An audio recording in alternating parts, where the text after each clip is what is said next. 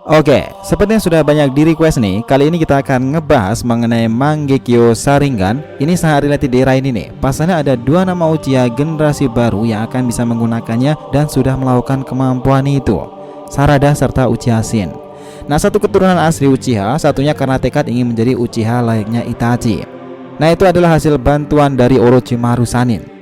Kita tahu nih bahwa Mangekyou Sharingan sampai saat ini sebenarnya memiliki rahasianya tersendiri, di mana kemampuan itu bangkit jika seseorang mengalami suatu kondisi di persimpangan yang membuatnya itu merasa bertanggung jawab atas kejadian itu. Dan boom, dahulu nama-nama pengguna Mangekyou Sharingan sangat menakjubkan, bahkan mereka umumnya mampu mengaktifkan Susanoo atau kekuatan lain jika kedua mata itu aktif secara bersamaan. Lalu gimana nih cara Sarada membangkitkan Mangekyou Sharingannya itu? Oke, kita breakdown ceritanya mulai dari sini.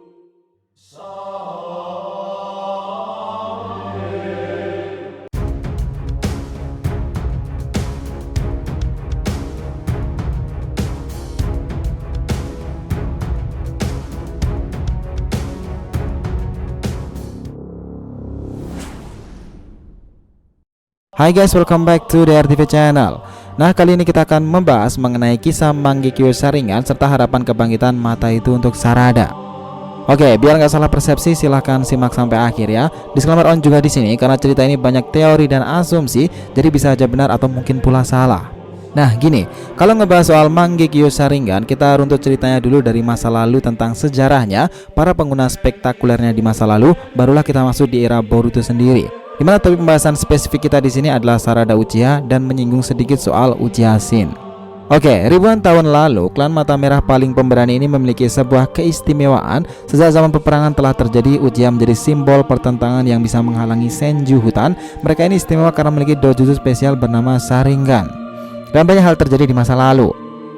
Nah, sejarah tentang Sharingan sendiri telah ada sejak era Rikudo Sennin, di mana mata ini konon dikatakan turunan langsung dari Byakugan milik seorang Otsutsuki. Tobirama pernah mengatakan seperti ini, jika sebenarnya seorang Uchiha adalah mereka yang memiliki cinta kasih mendalam, namun mereka sengaja menekan rasa sayang itu. Nah, namun masalahnya, jika kondisi terjadi seseorang yang disayangi atau terdekat dengannya meninggal, sang Uchiha itu akan aktif pembangkitan rahasia mengerikan dari Sharingan itu sendiri, yaitu adalah perubahan Tomoe yang luar biasa yang dikenal sebagai Mangekyou Sharingan. Dan itulah kebenaran dari sejarah yang pernah terjadi. Di masa lalu nih, banyak sekali para pengguna yang menggunakan kemampuan ini. Nama yang paling menonjol awalan saat itu adalah Madara Uchiha. Menakjubkan di masa lalu, Madara bersamaan dengan adiknya mengawali semua ini. Nah, tapi sebenarnya selain Madara sendiri, banyak sekali para Uchiha lain yang spektakuler dan jarang disorot. Naori, Rei, atau bahkan yang lainnya karena berbeda masa. Nah, barulah masuk ke era kepemimpinan Sarutobi, Minato, dan Tsunade kala itu, kemampuan Mangekyou tambah menggila kala itu karena hal ini seorang pengguna mampu mengendalikan Kyuubi sekalipun. Nah, itu adalah sungguh perubahan mata yang sangat berbahaya sih. Nama-nama seperti Obito, Shisui, Itachi, Fugaku, Sasuke mungkin sangatlah powerful di masa itu. Bahkan ada seorang non Uchiha yang mampu menggunakan Mangekyou Sharingan. Dia adalah si mantan kopi ninja, Rokudaime Hatake Kakashi. Nah, itu adalah era di mana bumi masih penuh akan pertempuran shinobi yang memperebutkan wilayah, konflik, dan hal-hal di luar kendali. Nah, tapi sekarang nih, era ini telah damai untuk sementara waktu karena mereka telah menjalin aliansi besar semenjak perang shinobi di masa lalu. Namun, masalah sekarang ini sebenarnya jauh lebih besar lagi dari masa lalu karena setiap era itu tentunya memiliki masalahnya sendiri-sendiri. Tapi sekarang ini lebih berbeda karena lawannya adalah asal muasal dari semua kekuatan di dunia shinobi itu muncul. Itu adalah para bangsa Otsutsuki. Dan ini kasusnya adalah klan utama.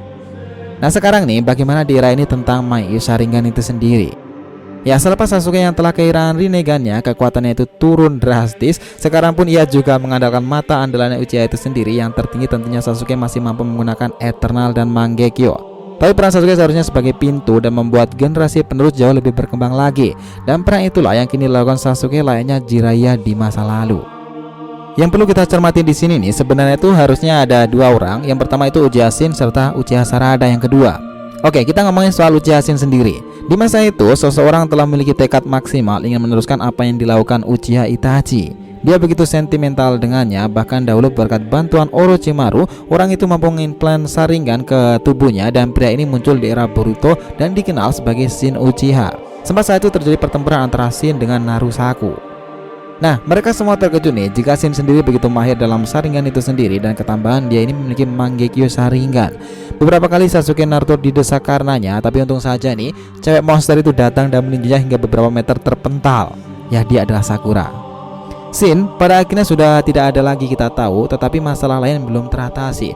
Ratusan Shin kala itu kecil yang kini tak punya pemimpin lagi, mereka semuanya memiliki Mangekyou Sharingan pula, dan mereka semuanya marah atas tindakan Sasuke dan Hokage.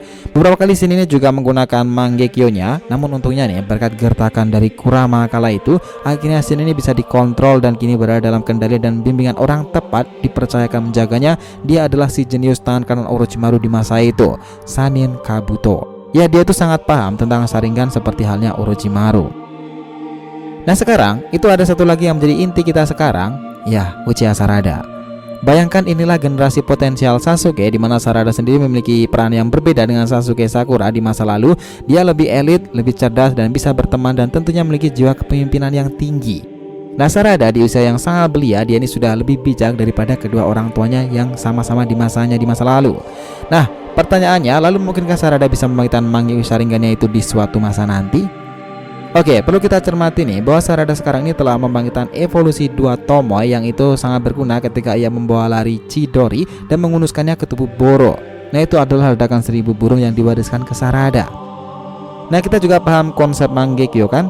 Umumnya setiap Uchiha yang membangkitkan mata ini mengalami sebuah kondisi yang sama, yaitu biasanya melihat kematian orang terdekatnya dan merasa bertanggung jawab akan hal itu. Nah, di sini banyak teori bilang ada dua hal yang bakal dipilih di antara salah satunya yang menjadi tumbal kebangkitan Mangekyou Sarada Uchiha di masanya nanti. Kemungkinan pertama adalah ayahnya sendiri, Uchiha Sasuke. Oke, seperti yang kita tahu pula nih bahwa semenjak kisah Boruto masuk ke tahap Otsutsuki, Sasuke yang awalnya memiliki kemampuan Rinnegan dari Rikudo Sennin itu, setelah Rinnegan itu pun rusak, dia itu menjadi ampas tuh. Bahkan ketambahan dia itu juga banyak menggunakan satu tangan saja. Nah, bayangkan betapa sibuk dan ribetnya Uchiha Sasuke sekarang ketika bertarung. Ada beberapa asumsi jika kemungkinan Sasuke bisa aja gugur dalam kisah Boruto ini nanti. Prosesnya seperti apa nggak ada yang tahu. Mungkin karena ia berkorban demi Boruto, demi Naruto, atau mungkin demi putrinya sendiri, Sarada. Nah, inilah yang bisa dilakukan di mana Sarada akan mampu membangkitkan Mangekyou Sharingannya, karena kalau dari sejarah masa lalu itulah yang sering terjadi. Nah, kemungkinan kedua itu adalah gugurnya Nana Daime. Nah, semua orang juga tahu nih, meskipun Sarada ini putri dari Sasuke, akan tetapi ia lebih mengagumi Nana Daime dan ingin sekali suatu masa nanti tekadnya itu terjadi menjadi seorang Hokage dan melindungi desa seperti yang dilakukan oleh ayah Boruto. Nah, menurutnya itulah sesuatu yang sangat berguna bagi seseorang yang kuat dan bisa bermanfaat untuk orang lain. Mungkin itulah value hidup dari Sarada. Nah, sama seperti Sasuke nih, setelah kepergian Kurama sendiri, Naruto ini hidupnya juga sangat mengenaskan. Kekuatannya itu berkurang drastis. Bahkan ia harusnya lebih berkurang jauh dibandingkan Uchiha Sasuke sendiri. Dan ditambah lagi nih, Naruto juga sering mengalami hiperventilasi, dimana tiba-tiba saja nggak bisa bernafas jika mengalami kepanikan dan bingung dengan sebuah kondisi tertentu. Apalagi sekarang berat bagi Naruto sendiri, putranya sendiri itu adalah wadah bagi Momoshiki Otsutsuki yang setiap hari bisa aja nih proses ekstraksi karma itu terjadi. Nah, beruntung Amado kala itu sempat memberinya pil untuk menahan Byakugan dan menekannya, tetapi tetap saja nih hal ini beresiko dan sebagai Hokage Naruto siap bertanggung jawab. Nah, jika kemungkinan seperti itu, bisa aja Naruto yang gugur di masanya nanti. Dan prosesnya seperti apa sama, kita juga nggak ada yang tahu tentang hal ini. Kita tahu pula nih, untuk proses Mangekyou Sharingan sendiri bangkit itu memang sangat berbeda-beda. Tapi kalau mengacu dari data masa lalu, hal-hal seperti itulah yang menyebabkan semua ini sering terjadi. Sarada memang bisa dikatakan paket komplit nih sekarang ini. Dia adalah putri dari dua ninja elit pengguna Katsuyu dan Auda, serta ia berpotensi mewarisi kekuatan-kekuatan Sasuke antara lain seperti Chidori, Katon, dan tentunya kemungkinan terbesar Legendary of Mangekyou Sharingan. Bisa kalian bayangkan tentang semua ini? So, itulah tadi pembahasan kita mengenai Mangekyou Sharingan serta beberapa hal yang terjadi, serta nih harapan kebangkitan Dojutsu itu untuk Sarada sendiri. Jangan lupa kasih saran di kolom komentar dan subscribe channel ini. Semoga cerita itu memberikan informasi dalam tiap pembahasan animenya. Thank you telah menonton konten DR TV and will be come back.